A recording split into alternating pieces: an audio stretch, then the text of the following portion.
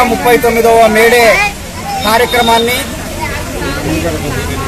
Agriculture university RARS CIT committee ఆధ్వర్యంలో జెండా ఆవిష్కరణ కార్యక్రమం జరిగింది. ఈ సందర్భంగా కార్మిక వర్గానికి 139వ మేడే శుభాకాంక్షలు తెలియజేస్తా ఉన్నాను. ప్రధానంగా కార్మికులు 8 గంటల పనిదినం కోసం, కార్మిక హక్కుల కోసం, కనీస వేతనాల కోసం, పని భద్రత కోసం 139 సంవత్సరాల క్రితం పెద్ద ఎత్తున పెట్టుబడిదారులు, యాజమాన్యాలు ప్రభుత్వాలకు వ్యతిరేకంగా పోరాడి ఈ 8 గంటల పని విధానాన్ని తీసుకొని వచ్చారు. కాబట్టి ఆ తీసుకొని వచ్చినటువంటి సందర్భంగానే ప్రపంచవ్యాప్తంగా కార్మికులు ఈరోజు ఈ మేడే ఉత్సవాన్ని జరుపుకుంటా ఉన్నారు.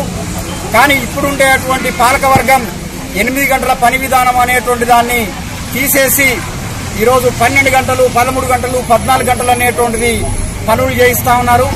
దీన్ని తీవ్రంగా వ్యతిరేకిస్తా ఉన్నాం. దానికోసం 29 కార్మిక చట్టాలని రద్దు చేసి యాజమాన్యాలకు అనుకూలంగా 4 కార్మిక కోడ్లను బీజేపీ ప్రభుత్వం తీసుకొని వచ్చింది. తక్షణమే వాటిని బేషరతుగా రద్దు చేయాలని CITగా మేము డిమాండ్ చేస్తా ఉన్నాం. అవి రద్దు చేయడం కోసమే మే 20వ తేదీన దేశవ్యాప్తంగా జాతీయ కార్మిక సంఘాలు సమ్మెకు పిలుపునిచ్చాయి.